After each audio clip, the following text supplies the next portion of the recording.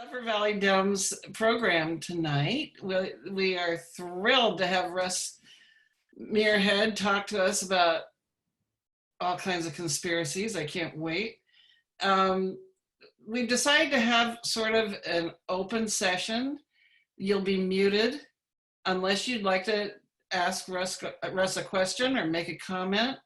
If you do, raise your hand, unmute yourself, and speak up. We're going to see what kind of chaos we can ensue. And so, Russ, take it away. Thanks a lot, Barbara. Thanks, Anne. Thanks for inviting me and thanks to all of you who have checked in on Zoom to join us tonight. I really appreciate it, and I'm very flattered by your attendance, and really flattered also just to have been invited to talk to the Upper Valley Democrats. I've been a Democrat. Well, I've been surrounded by Democrats my whole life, and I grew up in Manchester, New Hampshire, and was surrounded by Democrats there, working for people like Harry Spanos, who a Democratic candidate for the governorship in the 70s, fighting against Mel Thompson, and Hugh Gallen and people like that, and I've been a loyal Democrat my whole life, and now I live here in Hanover, where I also work, and I teach in the government department here at Dartmouth College. And tonight, I'd just like to talk a little bit about a book that I published last year, very recently, just out in the second edition, called A Lot of People Are Saying.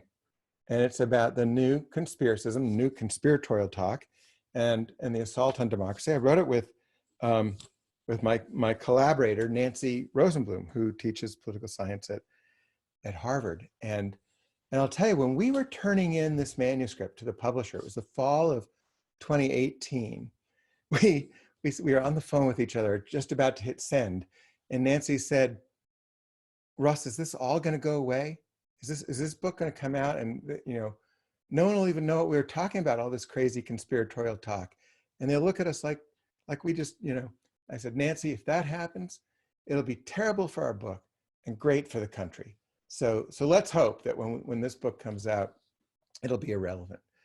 And, it's been anything but. Every single day brings a new kind of conspiratorial charge. Just yesterday, I was reading that Donald Trump's son, I think it's Eric, was saying that the coronavirus, he was reviving the old virus hoax conspiracy from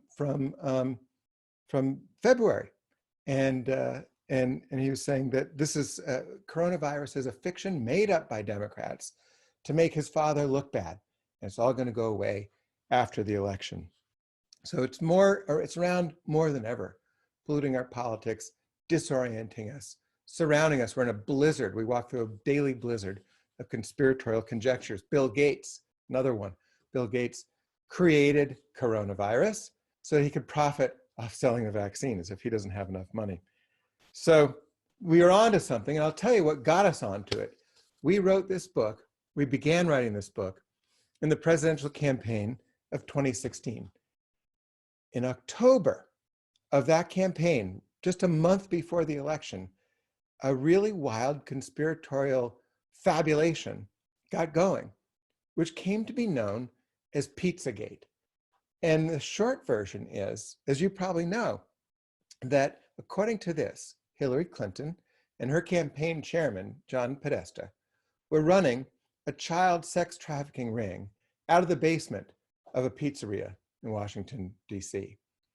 And as preposterous as this fabulation was, people in surprising numbers seemed to believe it. Edgar Welsh, one man from, I think, Virginia, showed up in early December, right after the election, at the pizzeria with an assault rifle to what he called self-investigate the theory, the accusation. He came into the pizzeria, customers ran out screaming. He meant to liberate the children who were being enslaved. He couldn't open a locked door. He assumed the door to the basement, blew it open with his rifle, with his gun, and found a computer storage closet. He couldn't find the basement to the pizzeria where the children were allegedly being held because there was no basement. this sort of thing, this sort of story, it doesn't start with facts. It doesn't gather evidence. It has no connection to the world of shared experience. And in that respect, it struck Nancy and me as something really, really wild, really untethered, and strange, but also dangerous and potent. What we thought of as conspiracy theory started with something in the world. It tried to explain something in the world. It gathered evidence. It came up with explanations. And it was always meant to kind of hold the powerful to account, to kind of, to repair democracy, not to destroy it, not to weaken it. Let me give you an example of what we thought of as like classic conspiracy theory that starts with events, that gathers evidence. Take even, 9/11 conspiracism, the idea that the United States government was in on the planning and execution of the attacks, say, on the World Trade Centers on 9/11. Now, this conspiracy theory does start with something, which was an attack that at the time many people really had a hard time understanding. The question on 9/12 was, why? Who would want to do that?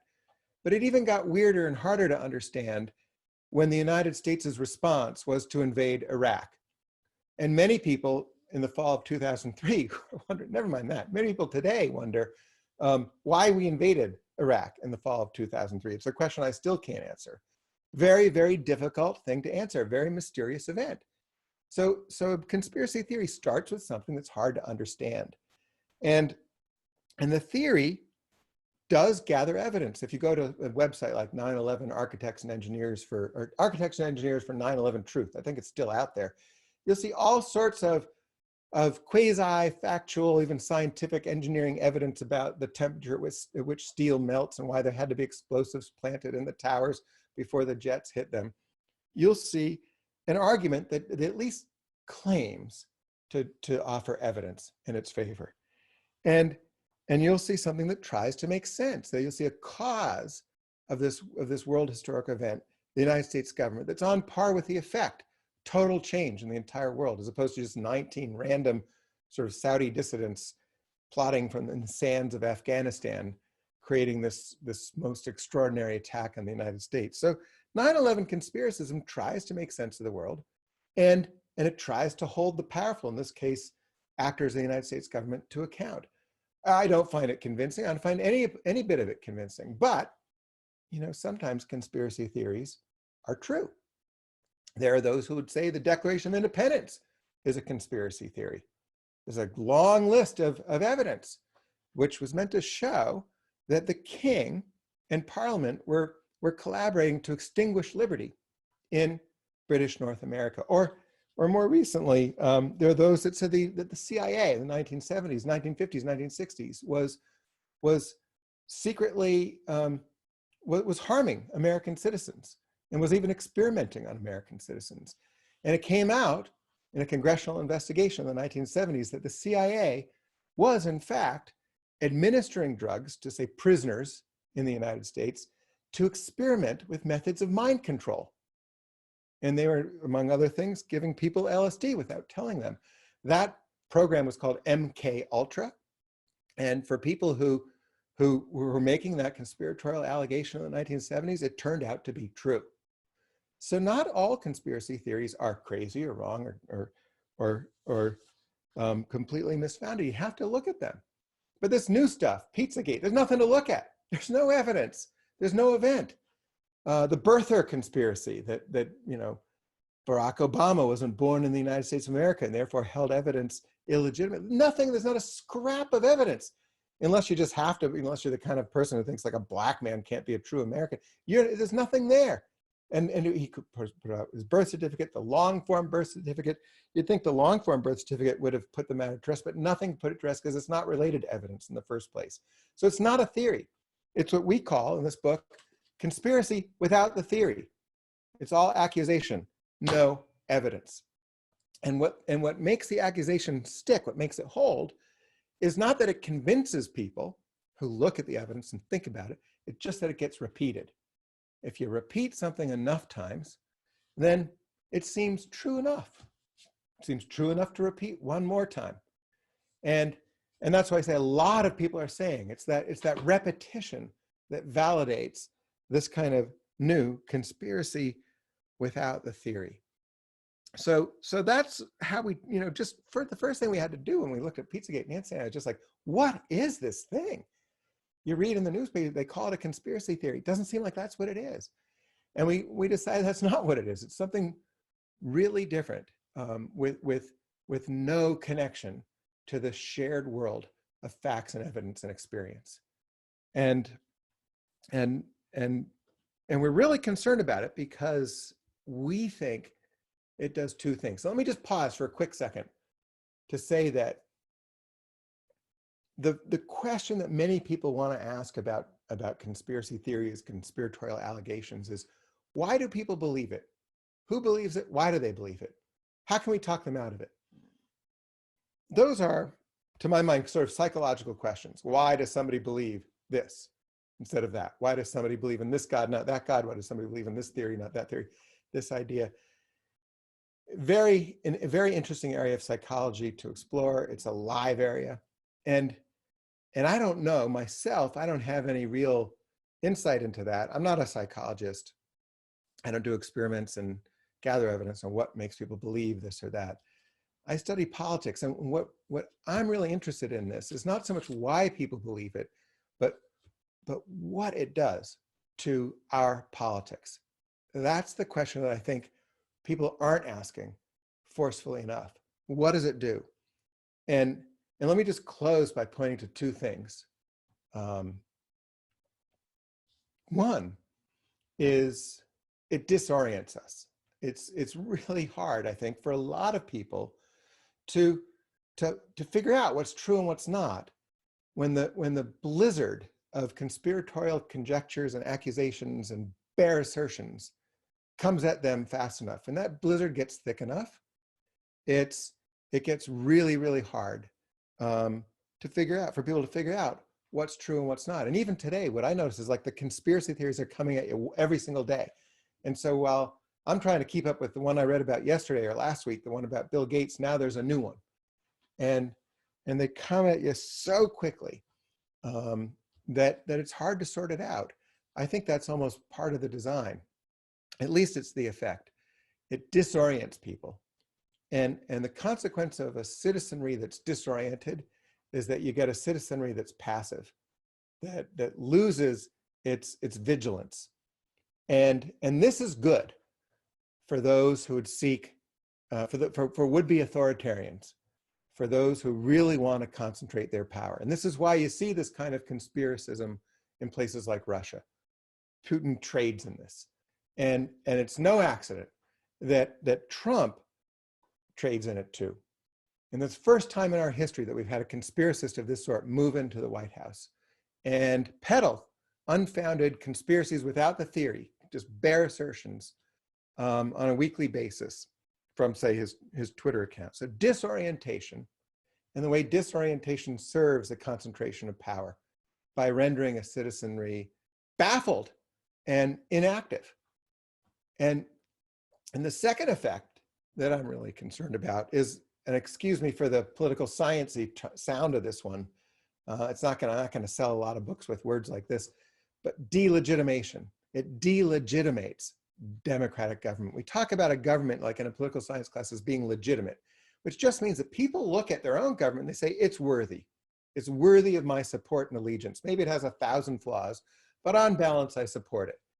And when most people look at their government with that orientation, with that feeling, you'd say they have a legitimate government. And what conspiracism does is it drains that legitimacy out of democratic government and causes people, I worry, causes people to look at their government and see it as something unworthy. How does it do that? Let's look at just the conspiracism of coronavirus. What we have is a repeated set of allegations that there are, that the experts who are employed by our own government, epidemiologists, but before them, say, climate scientists, are part of the deep state who are machinating to obstruct and defeat Donald Trump. This is the allegation. And with this allegation teaches millions of citizens to ignore the kind of advice and statements that they might hear from in this case, medical experts. It also causes our decision makers, and in today's instance, our president, to ignore what he's hearing from experts.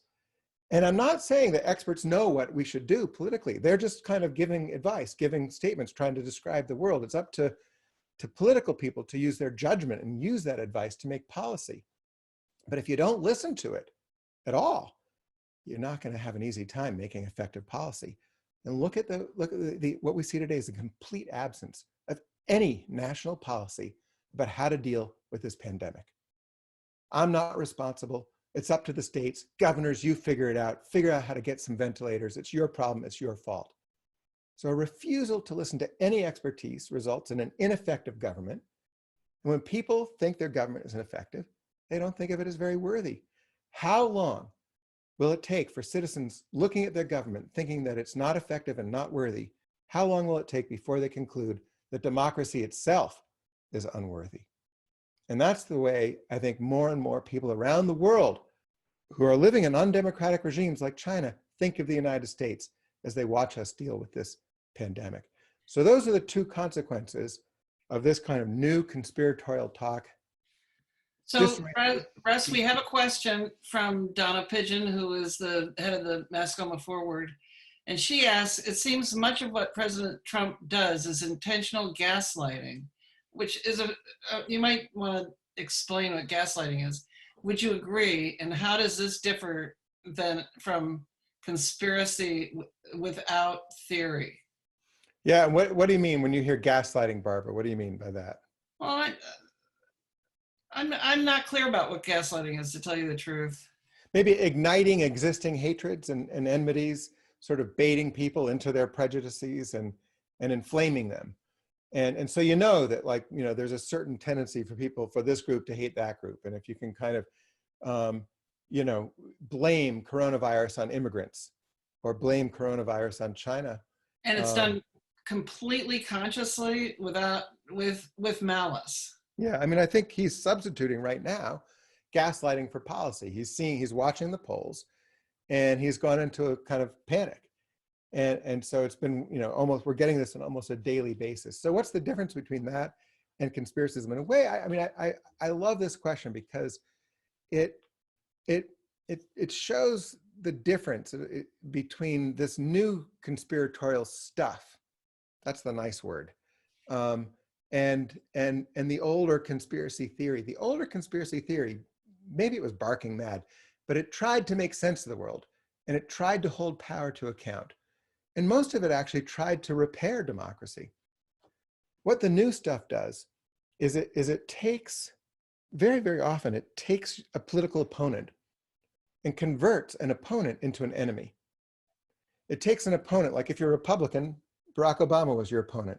It takes your opponent and converts that opponent into not just somebody you disagree with, somebody you hope to defeat, somebody you think is wrong, but somebody who's destroying the Constitution, somebody who occupies his office in a manner that violates the Constitution. It takes Hillary Clinton. You might think of her as, if you were a Republican and you thought on balance Hillary Clinton was on a track, it converts her into someone who's worse than a Nazi.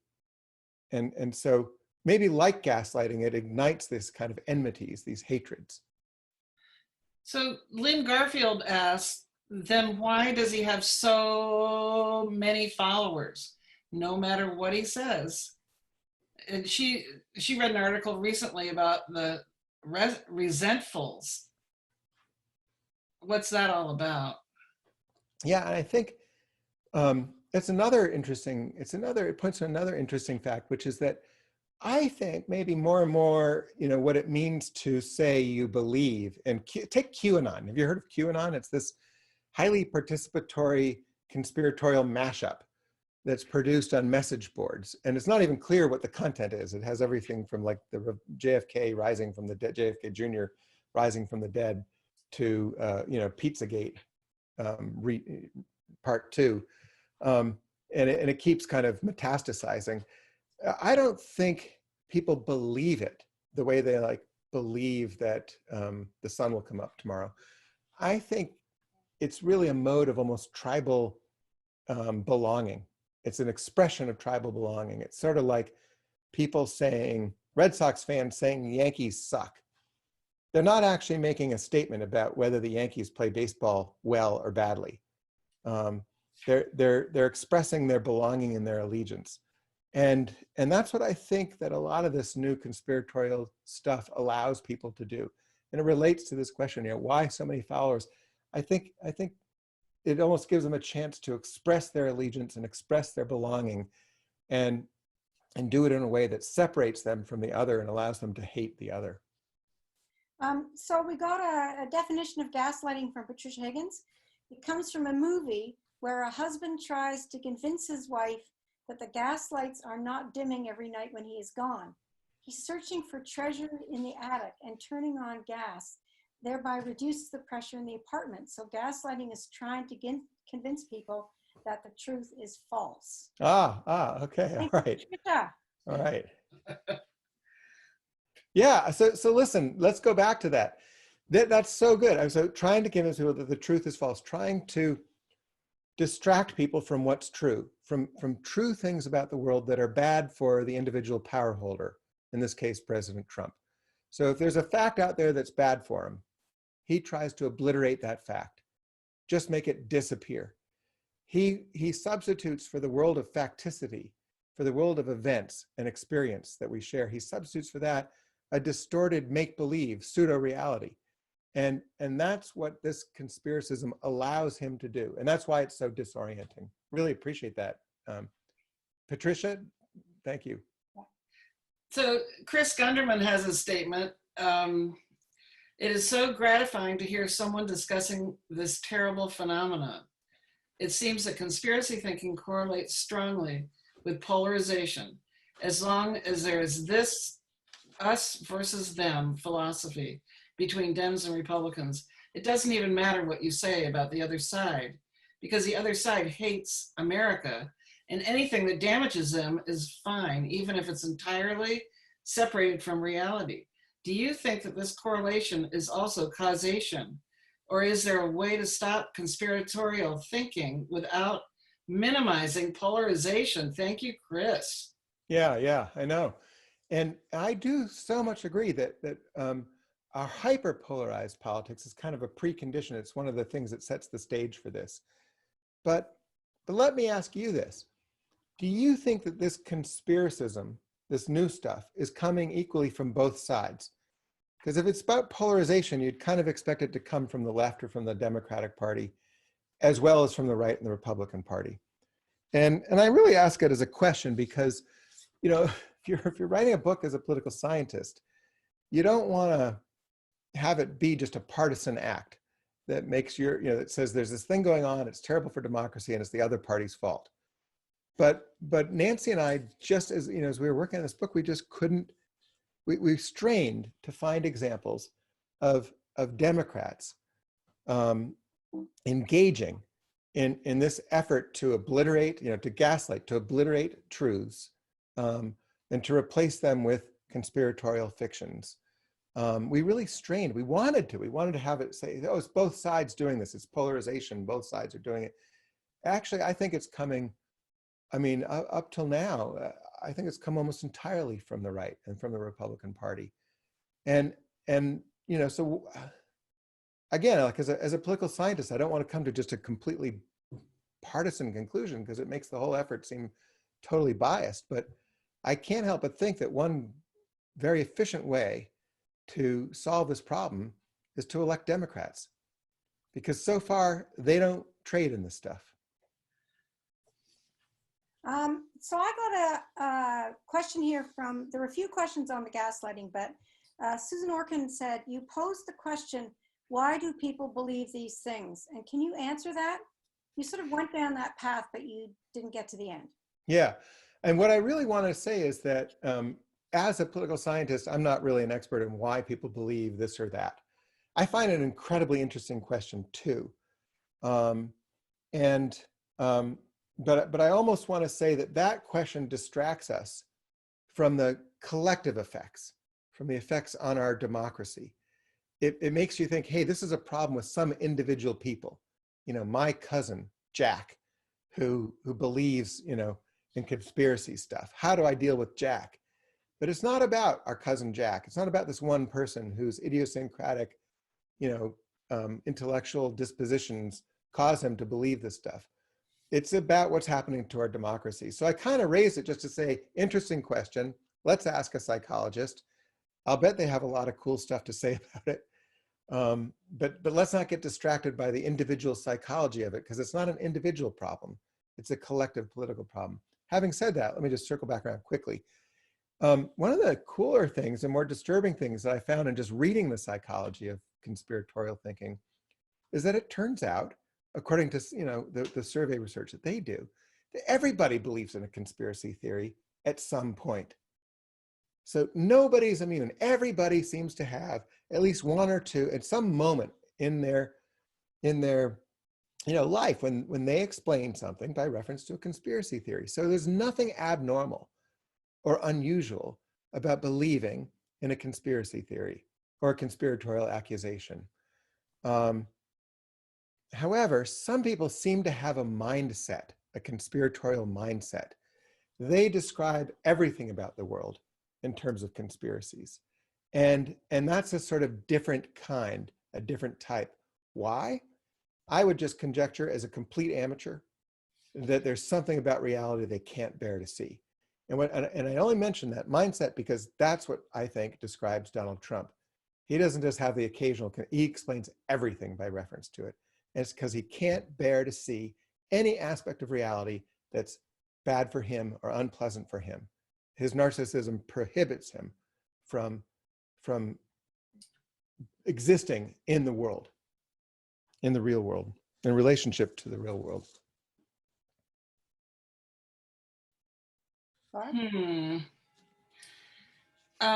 Let's see. Chris has something to say here. Also, do you think that the conspiracies will at least lessen if Trump is no longer the head of the GOP? Are there other GOP leaders influential enough to have their careers survive saying random BS conspiracies, or is it specific to him due to his history of outlandish statements? Yeah, good question. I mean, and this gets to the key question about Trump's effect on the Republican Party. Some of my friends who are Republicans aren't really that terribly worried about Trump and his effect because they think it's going to be limited. They say there's no one else like Trump, and when he leaves, the party will take the shape that it used to take when it nominated people like Mitt Romney or John McCain. And so this is a temporary effect. And when Trump and his conspiracism leave, his conspiratorial mindset leaves the White House, all this stuff will leave of our national political life as well. And look, there are others like Bill Kristol who are convinced that Donald Trump is corrupting the Republican Party, and that it's not going to repair itself in our lifetimes, and that he's taught people who want to get power that this kind of trading and conspiratorial fabrication is an excellent method you can use to get power and to keep it, and that young people who identify with the Republican Party are going to emulate this, that he's normalized it and he's legitimated it and he's taught people how to use it. So I guess, look, it's an open question. We just don't know yet.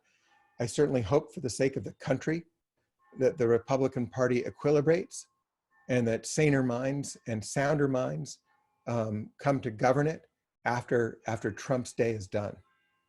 But it does sound like something that needs an inoculation. It's a huge virus. Here's a question from Mariah Williams. She wonders how you feel about Alex Jones and InfoWars. Do you think it's fair that YouTube shut him down? Also, how do you feel about net neutrality, data, and civil liberties? One of the reasons I like that question is because it's going to allow me to lecture for the next several hours. And as a professor, that's what comes naturally. So I think that might take a long time to get to all that, especially net neutrality.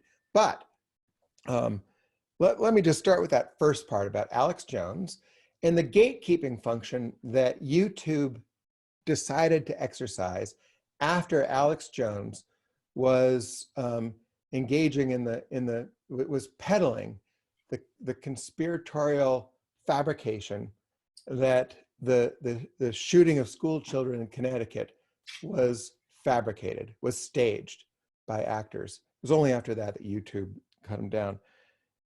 The technological backdrop to this new conspiracism is a media world in which the gatekeeping function has been completely obliterated for good and for bad. So it used to be, not that long ago, I mean, very, very recently, if you wanted to communicate, say, if I wanted to communicate with 10,000 political scientists in the country, it would have cost me a lot of money. I would have needed access to, I'd have to sneak into an office at night to use the copier while no one was looking, or pay 10 cents a page, fold the pages, address them, get postage for all those envelopes, get the address list. It would have cost me thousands of dollars just to try to communicate with 10,000 people. To communicate with more, I would have needed to get past an editor at a newspaper who was guarding those valuable column inches in the paper, or producer who was guarding that scarce and valuable airtime on a radio or on a TV. So gatekeepers stood between the vast, everybody who wanted to say something to the world and those modes of disseminating communications. And they often held stuff back, saying, not enough proof. I need to see more evidence. I'm not convinced. That's what a good editor would do. The new communication technology that really comes comes into being with Facebook and of course YouTube and Twitter allows anybody to say anything to everybody, all 7 billion people in the world, for free. You can start up a Twitter feed, you can put it out there, maybe more realistically to the 40,000 followers you have, to the 5,000 followers you have.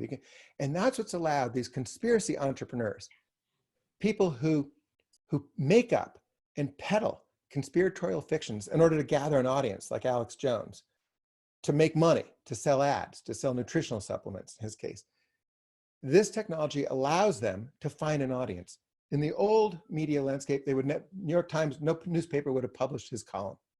He wouldn't have gotten in. No network would have allowed him to broadcast. But with YouTube, he could do it. He could reach that niche audience. Facebook has refused to exercise a gatekeeping function with respect to political communication. Won't allow everything to be run, even if it's manifestly false. YouTube has also resisted any kind of gatekeeping function. So on one hand, that's wonderful. There's no kind of power standing between the individual speaker and the wide world, great kind of libertarian freedom.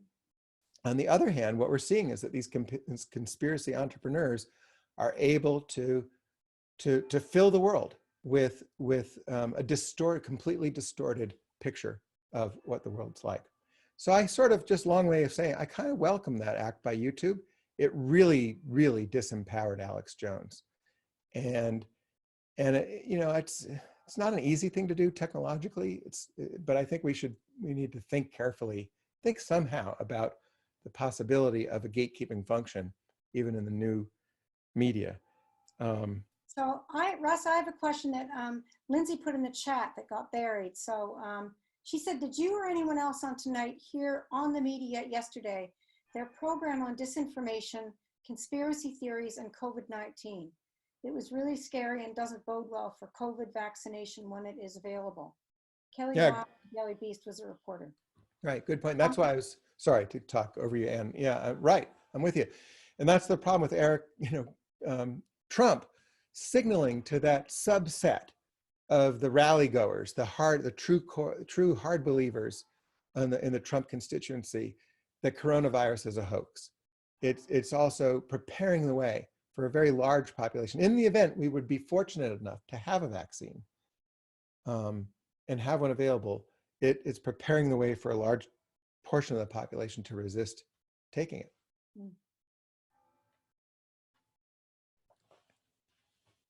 You're on mute, Barb. You're muted. Barb, you're muted. I'm not anymore. From Donna, could those who are more susceptible to conspiratorial thinking be more vulnerable for many reasons and are taken advantage of by those in power who are propagating this kind of thinking?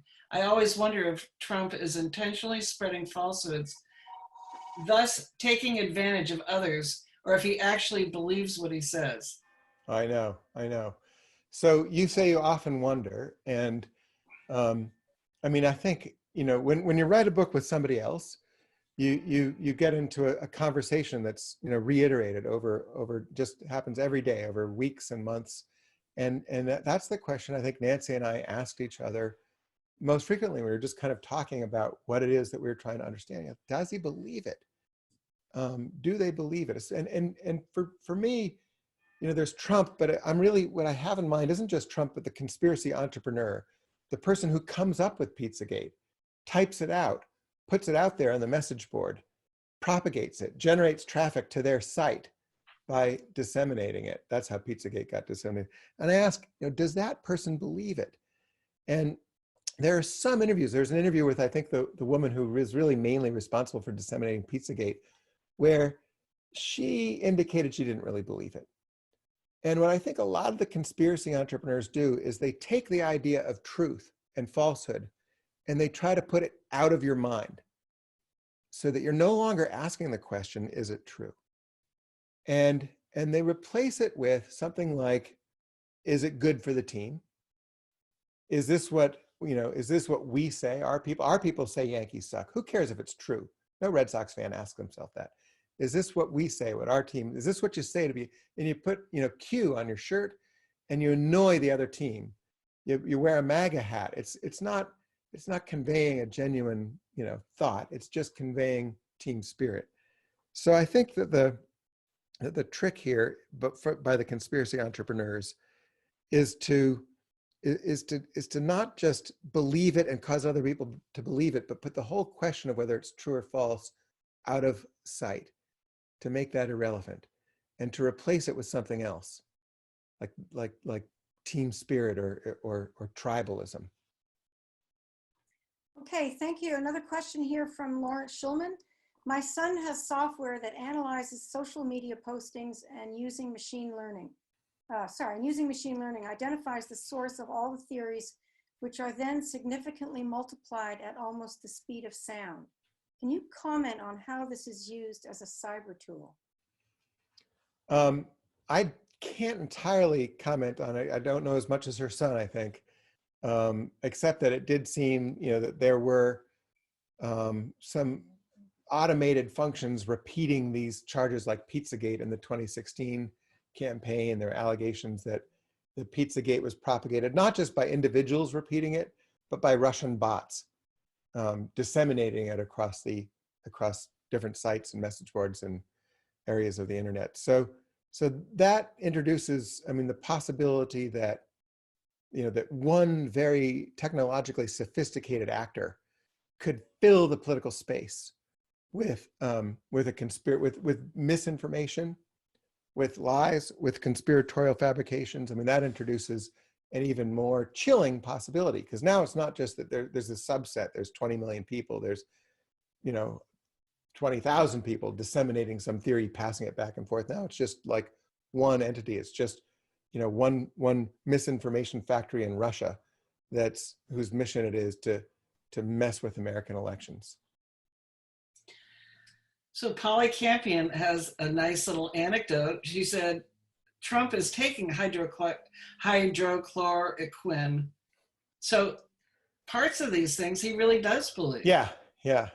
And that's not, I mean, to be fair, that didn't start as a conspiracy. That was a genuine hypothesis. It was raised by, I think, a doctor somewhere in the world early in the course of this virus. There was a sort of, I don't know, I have a doctor friend who explained to me why it might work, and they had to do some, you know, real tests to find out if it did work. The early indication that I read on the front pages, I'm sure you read too, suggests that it didn't work, which is a shame for all of us. Too bad. I mean, Trump, because he's not attuned to a world that's independent of his wishes, a world that is recalcitrant, that's resistant, that will ultimately defeat him. And the rest of us too, because he can't make his peace with a world that he can't fully control. He can't accept any evidence that solution, that cure that will allow this virus to go away and the great economy to return. he can't accept that evidence. So I think this relates to his conspiracism, his distance from a world of facts, evidence, shared experience. I mean, normally to be an effective person in the world, you have to learn how to deal with a world you can't completely reshape according to your wishes. Most of us are just weak enough that we acknowledge that we're not perfectly powerful, and we learn how to accommodate ourselves to those forces in the world that don't take the shape that we want them to. And that's how we make ourselves effective and happy. You know, Trump has managed to escape that learning. And I think that's why he's, you know, the prisoner of his own fabrications, of his own make-believe world. Okay, got another question from Kimberly Slover. What are effective ways for Democrats and others to confront and delegitimize Trump and the GOP's conspiracism, especially relative to the upcoming elections? You know, I said earlier, the thing that I couldn't say, I didn't even want to say in the book. I didn't want to say, oh, you want to solve this problem, elect Democrats. Again, that's just not, it's not the way a scholar works. And you're always looking for some sort of cause that's not just partisan, and some to-do or some solution that's not just partisan. But more and more, I mean, Nancy and I just came to think that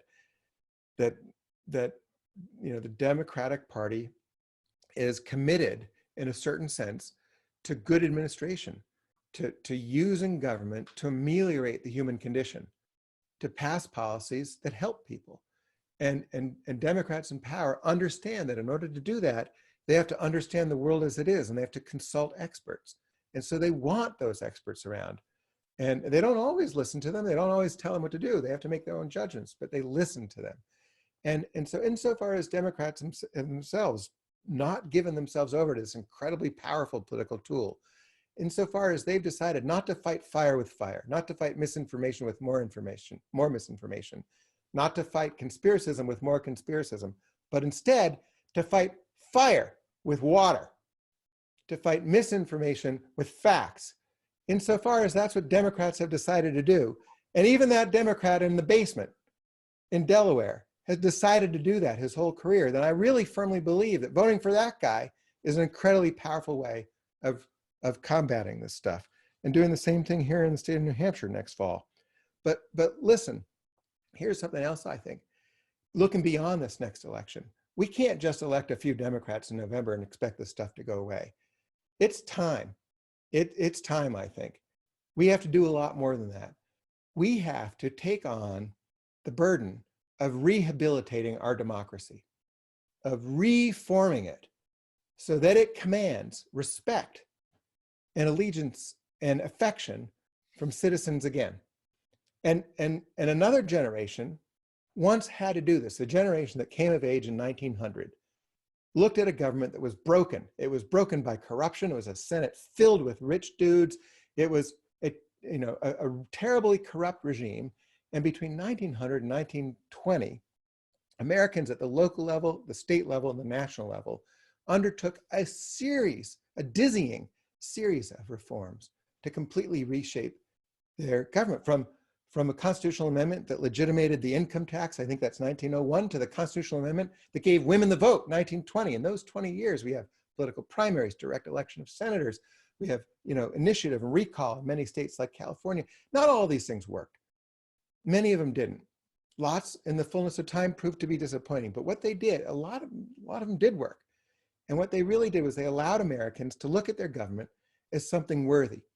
They allowed Americans to reshape their government in a wholesale manner over the course of a full generation, and make it back into something that they could believe in, so that that government was ready with the faith of its citizens when it had to confront the Depression in the 1930s and fascism in the 1940s. Right now, we have a government that's not ready. It's not ready to confront this pandemic, and it's not ready to confront any other crisis. And this goes back to structural stuff, you know, the decision by the Supreme Court that money equals speech. We need a constitutional amendment that overturns Citizens United. And as impossible as that seems, and it does seem impossible in most days, it's not impossible. And it wasn't impossible for the progressives either. So sorry to carry on, but I think we need to rehabilitate this democracy in a wholesale manner. That's the way you deal with conspiracism, not by arguing with, cousin Bob who believes in a conspiracy theory. It's taking on this project of making American democracy work again. So you can imagine that a number of questions are exactly that. People, Nancy and Lynn, wanting to know what we can possibly do to combat the damage that's already been done. And I think we have to think big. I think it's time to think big and think about the system and not assume that the big stuff can't get done. That the only task is to compromise with the moment and pass whatever can get passed, both at the level of policy, but also at the level of just the structure of the government itself. My students, when they think about how to really make a difference in the world, and they for years now, they just stopped thinking that the formal apparatus of government is the way to make a difference. They've stopped thinking about, like, oh, I'll run for Congress, or let's think about a new program for the Democratic Party. They think you start a nonprofit. I think the way to make an impact is to go around the government, or even to start a business, a socially responsible business. This is a more impactful way of helping the world. Well, all those things are terrific, but there's no way to solve really comprehensive problems except to use the power of the people standing together in their own government. And so I think we need to think about, how to reshape the institutions of government, how to breathe life into them, and how to address some of these structural problems, like the fact that, money is corrupting our elections. But, I think the Democratic Party right now, if you want another concrete idea, Barbara, and we can all share ideas, but another concrete idea is bringing back the vote. Right now, for the first time since Jim Crow, which is, as the effort in the late 19th, early 20th centuries to disenfranchise newly enfranchised Black voters in the formerly Confederate states. For the first time since Jim Crow, we have a party that's unembarrassed in its commitment to getting to restricting access to the ballot. We have a party that wants fewer Americans to be able to vote, and they're saying it out loud. It used to be about voter fraud. That was the fig leaf that hid their real desire, which was to get fewer, make it harder for poor people and minorities to vote. Now they're not hiding behind that anymore. They're just saying if more people vote, it's bad for us. It wasn't that long ago.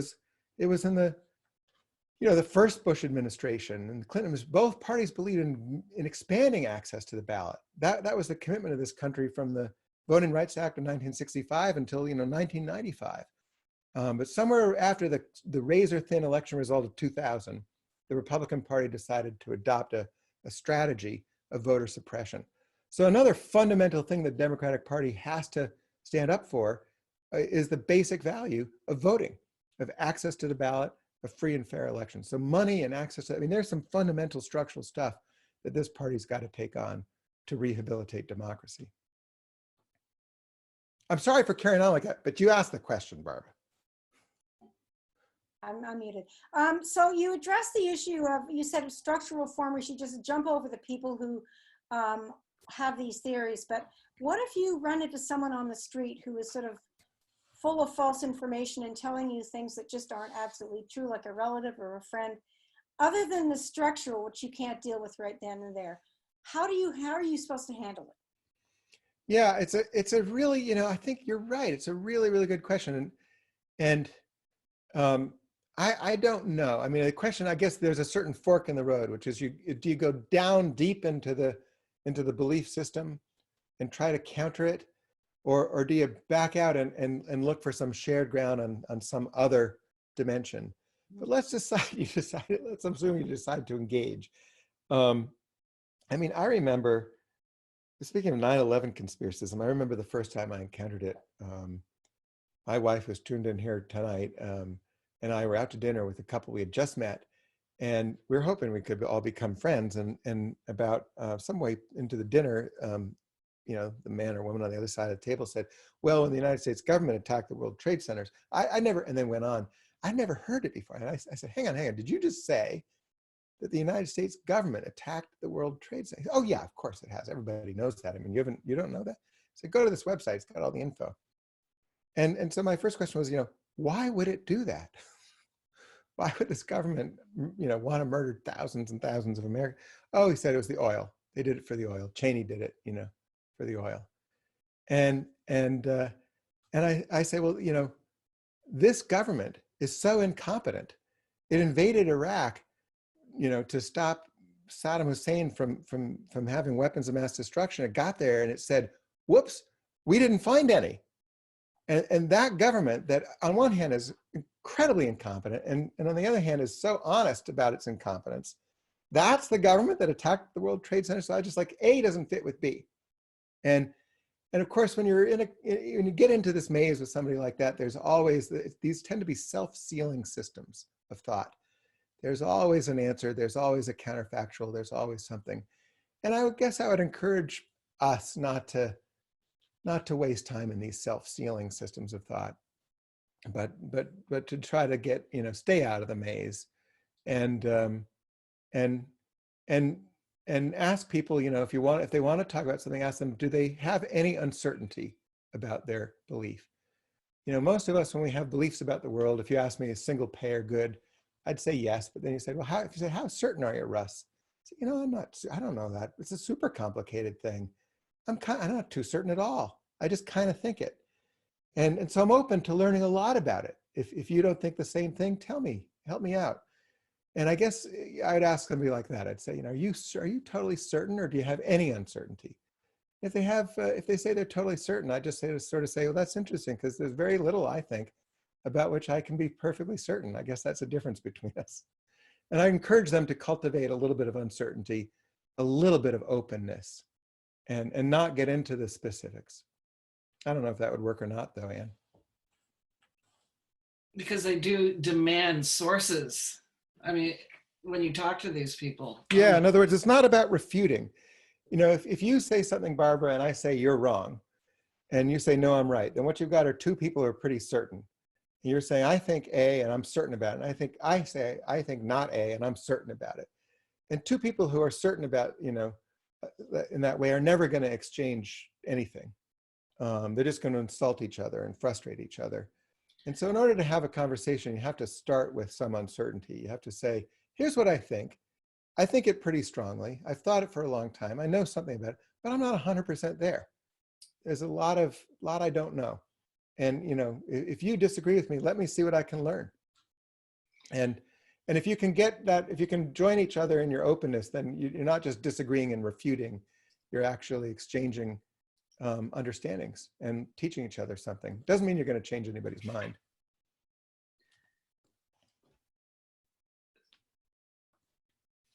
And I think, Anne, you're muted right Anne's now. mute is on. Yeah. But one thing I'll just say about that is that it's a lot like teaching. So if I go into a classroom and everybody's certain, then nobody can teach I can't teach anything. Yeah. So, well, I just know that I did a course and they said that, Democrat to Democrat, you can argue facts, but Republicans argue emotions. So you have to find that common shared emotion. Seriously. Yeah, but that's what they say about us. At least the good ones. That's what the good ones used to say. Here's another question. Since Democrats don't seem to believe in these conspiratorial stories, how do we answer or combat the damage that could be done? I get that sort of along the way, but it's more going forward. Yeah, I know. I really do think so. There's, well, I've said a few things tonight about how to combat it. One is to vote for people who don't trade in this kind of conspiratorial fiction. And I think that matters a lot. Another is to take on the broader project of thinking about how we can really rehabilitate democracy. But let me just back up to the very, very basics. Guess what? Fact-checking works. After they started fact-checking, which isn't that long ago, that's a very, very recent innovation in the kind of journalistic world. It really took on. It really took off after it started, and there are a few outfits that take it very, very seriously. And after it started, there was there was a kind of wave of sort of cynicism, like it doesn't work. No one changes their mind. It doesn't matter. The liars keep lying. And it turns out that's not quite right. That this stuff does work. It doesn't transform the world and remove all lies and misinformation and deceit from the world of politics by any means, but it does put it on the defensive.